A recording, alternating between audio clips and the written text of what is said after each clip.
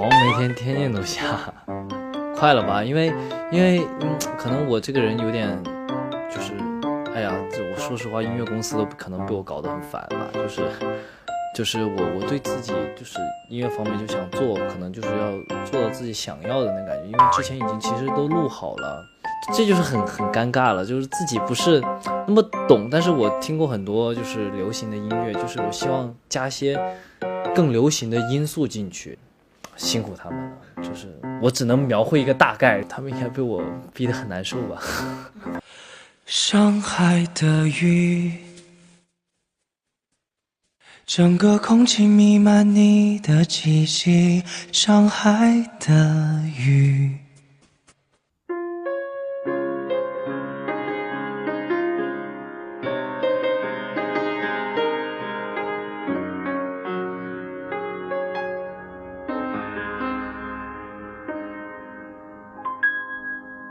昨天还在跟公司的人说这个事情，说要发上海的雨。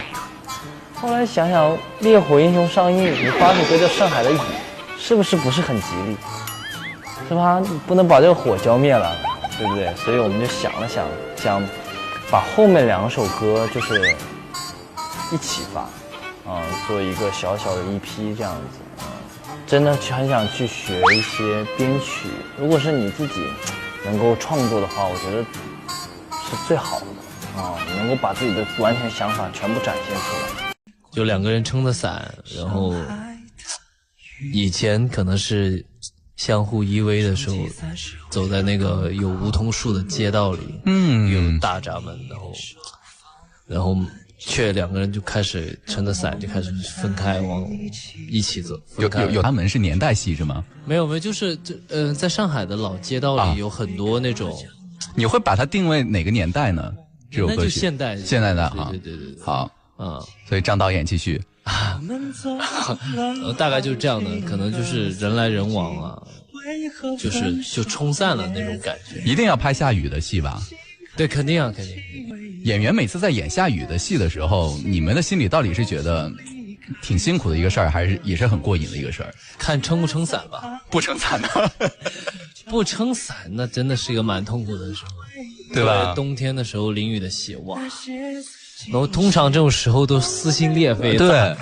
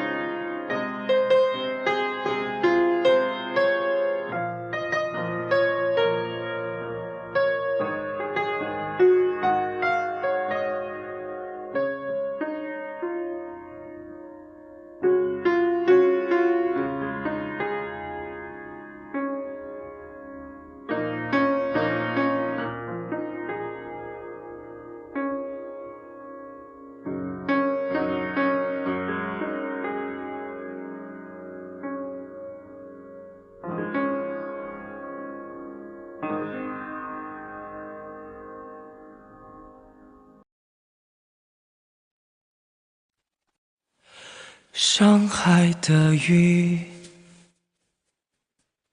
整个空气弥漫你的气息，上海的雨。